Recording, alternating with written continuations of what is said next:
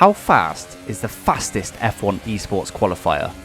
Well, to find out, we're going to watch the very fastest time from the last F1 Esports qualifying event around Baku, and we're going to be on board with Frederik Rasmussen, who has kindly given me his footage. In fact, no, he offered his footage to me, so big thank you to him. He is a professional Red Bull Esports driver who was very, very competitive last season in F1 Esports. He was pretty much the only guy who could hold a torch consistently to the two dominant Mercedes drivers and help bring the Toro Rosso team, which he was driving for last year, home into second place in the championship. So clearly very, very fast guy, and as I said, he's kindly given me his footage, and here we go then. So you can see he's already let Raikkonen pass, which is an interesting tactic. He decided to save his ERS and use some slipstream to be able to get it back on this straight and using lots and lots of DRS. And I've watched his footage once and sort of sat there with my mouth open, really just quite amazed at how well he's driving. It's basically, for those that don't know, these events, it's all points based. So you have to be running, basically to be one of the top guys, you have to be running no assists on the hardest AI level. You have to have no penalties, no warnings, anything like that during the run. And you also then, after that, it's really just based on your fastest lap time and then your overall race time over the 5 or 6 laps that you do. So that's basically what he's doing. So basically, obviously, the first few are all nice and easy really for these guys. It's just about how quick you can go, so it's just out and out pace. But you've got to be pretty consistent. It's a lot of laps in a row, 5 laps in a row to be able to do basically qualifying laps every single run. You've got to be super consistent, but also super on the edge, and it really has to be 5 qualifying laps in a row. And well, there's the end of the first lap already then, gone by like a flash.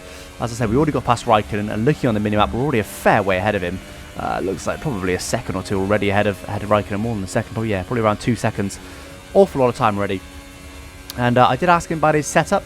I asked him if it was similar to a top time trial setup or what, and he actually told me that his setup now is better than the setup that he ran for F1 Esports last year. So he's been working hard and he's found an even better setup than he used in the official 2018 F1 Esports season.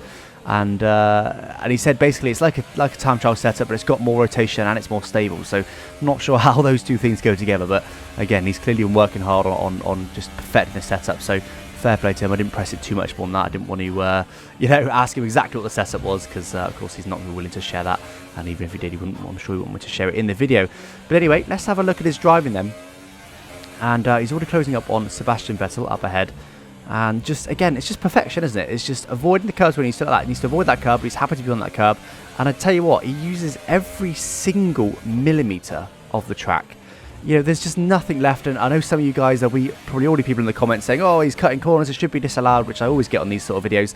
And you're right, yes, in theory, he is cutting corners. In theory, that should be disallowed, but that's just not how these events are. That's how the corner cutting system on this game works. In certain places you can cut a little bit, they give you a bit more leeway, mainly where they're big curbs. This next corner is a great example of that. So he will now launch over this inside curb. There we go, clearly all 4 wheels over the white line, but it's a huge curb. So for us mere mortal drivers, that unsettles the car massively, and you can't do that. You have to avoid that curb, but these guys have just got the setup so perfectly tuned that they can do it. So basically that's what the game allows. The game allows certain cuts and certain extensions and disallows some others. And that's just how you have to play it. You know, they can't police every single run. They can't watch every single run back and disallow ones that cut by a millimetre. You know, ideally, they would have a better corner cutting system that does actually disallow as soon as you go across the white line, which we may well see improve next year. We'll have to wait and see. But for now, at least, that's just how it is. And it's got to be a level playing field. They can't just disallow people that upload videos and allow people that they just can't see the run of. So it is what it is. That's the rules. But the key thing here, don't forget, it's the same for everyone. It's not like, you know, certain people get away with it and other people don't. It's very much the same for everyone, so it's fair. That's the most important in these events, in my opinion, is it has to be fair, and it is fair. So anyway, using every single this video's been more of a rant so far. Using every single millimetre of the racetrack, you see there, it looks to me like he actually touches the barrier a lot of the time, and he doesn't. He somehow manages to avoid them. But, and again, just avoiding the inside curb, but able to go right up to virtually touching the outside curb. You will have noticed as well in the bottom right, constantly chasing his ERS usage.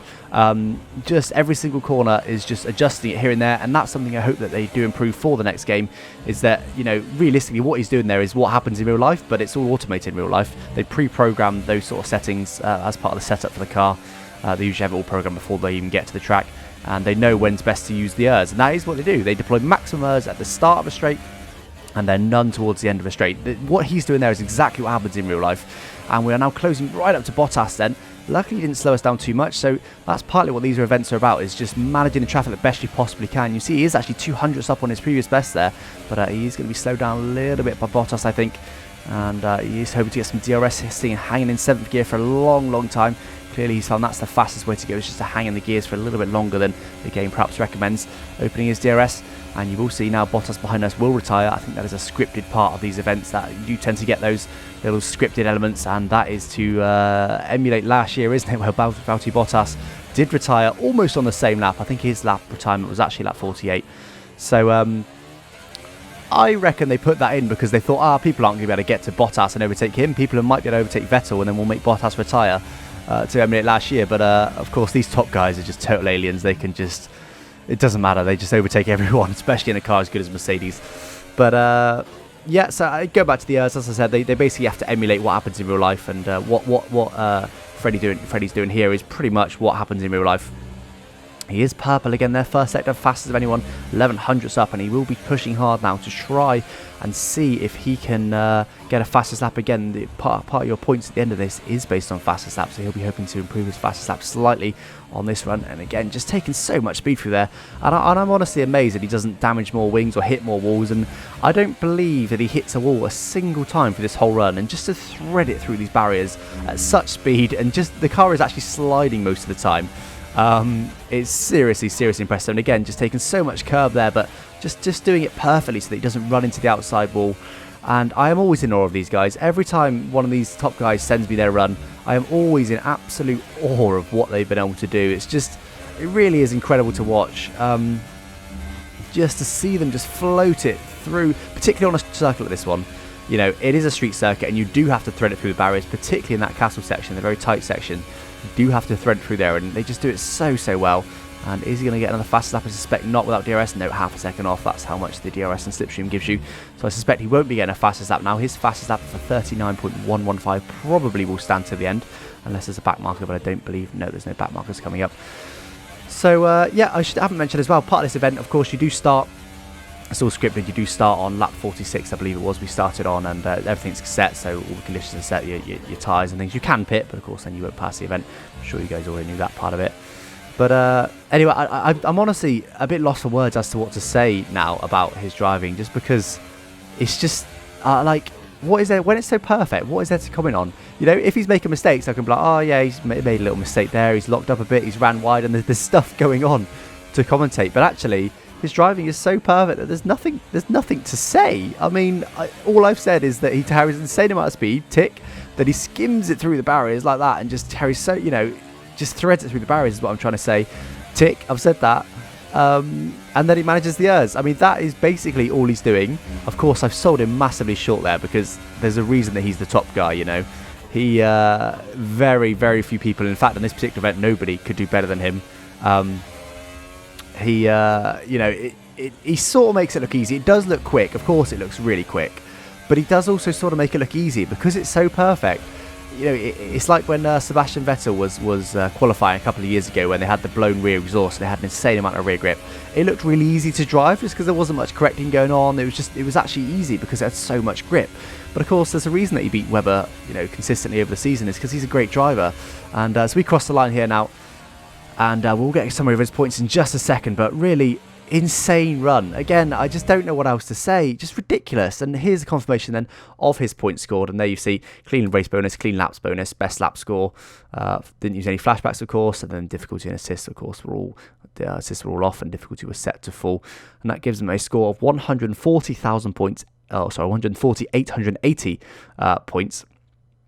And of course the objective was to win the race. And here's the leaderboard then. You see he's actually set this time quite a bit before everyone else. You have to ignore the three at the top. They're just cheaters. Clearly you can't be 10 seconds quicker than Freddie just drove. So that you tend to get those. They'll be hacking the game or hacking the leaderboards or something. You can't really do much about that. But anyway, he managed to finish 4th, but was effectively 1st overall. And look at that, 4/10 up on the next guy. Granted, that is only less than 10th a lap, but still 4/10 up. That's quite a substantial margin, isn't it? He's fairly dominant. really, for want of a better word. He's pretty much dominant on this event. Really, really seriously impressive stuff. And once again, huge thank you to Frederik Rasmussen for giving me this footage. I was, to be honest, even if I didn't make a video, I'd have wanted this footage just to have a look, just to look at it and be like, how? And I'll be messaging him like, so how did you do that? Are you a robot secretly? And fun enough, just as I'm finishing this commentary, he just DM'd me. I did ask him how much time he spent on this game, and he put on this attempt, and he put 2 to 3 hours. 2 to 3 hours. If I spent 2 to 3 hours on this event, I would be lucky to get within 10 seconds, and I bet I wouldn't even be able to get anywhere near that. Seriously impressive stuff. Round of applause to you, Freddie. Really impressive run, and I hope you guys enjoyed the video. If you did, don't forget to drop a subscribe, and I thank you for watching. Bye-bye.